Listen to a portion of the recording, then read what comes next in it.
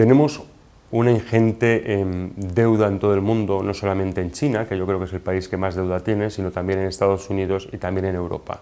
Y efectivamente esa deuda va a generar grandes problemas este año también, sobre todo de volatilidad, ¿no?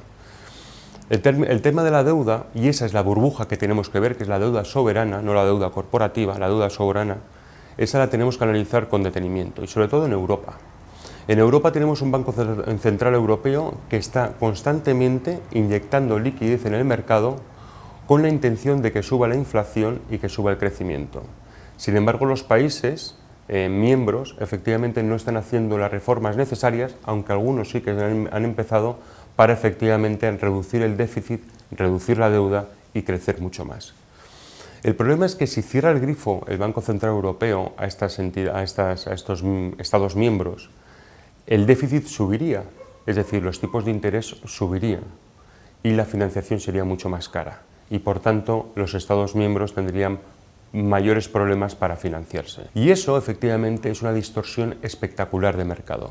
Por tanto, una de las cosas que vamos a hacer en Tresis, y seguimos haciéndolas en las carteras, es evitar los bonos soberanos. Quitando los soberanos que tienen un peligro realmente importante, ¿tiene sentido seguir invirtiendo en renta fija en este año? Pues sí que lo tiene.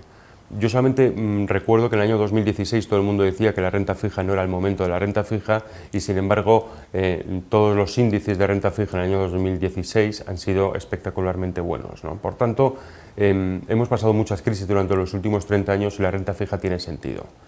¿Dónde vemos nosotros que tiene sentido?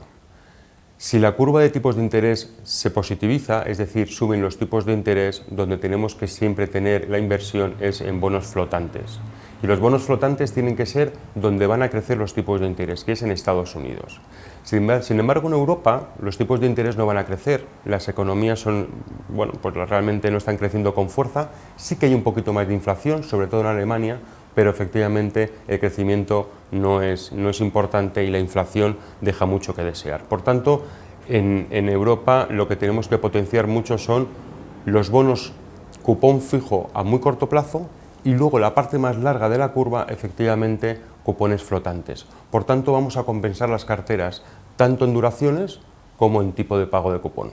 En los países emergentes hay que tener cuidado. Sí que es cierto que el dólar les afecta, pero también es cierto que en los últimos años han mejorado sus balanzas comerciales, con lo cual hay que empezar a posicionarse en este tipo de países.